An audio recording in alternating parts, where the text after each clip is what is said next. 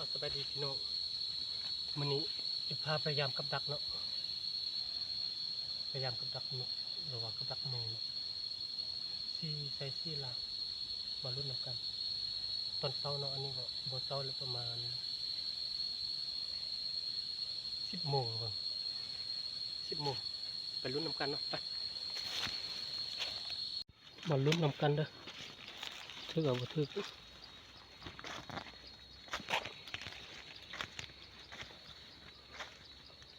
โอ้พี่น้องบ่ถือฝนตกใส่เมื่อคืนนี่ใช่ไหมมัด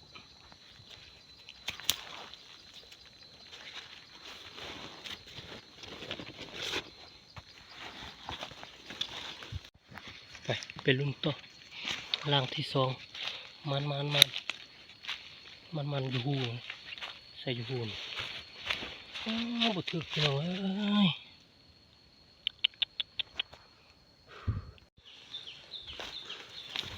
บ่ถือพี่น้องเอ้ย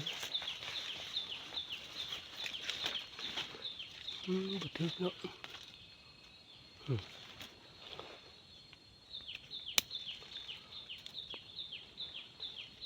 บ่ถือเนาะมื้อนี้ประมาณเนาะไปซอกเนาะต่อบ่ได้หนูจักโต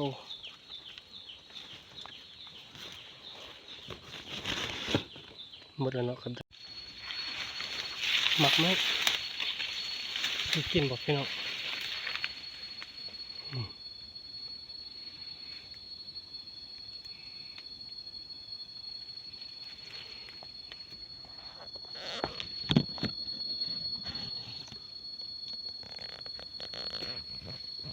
แซ่บ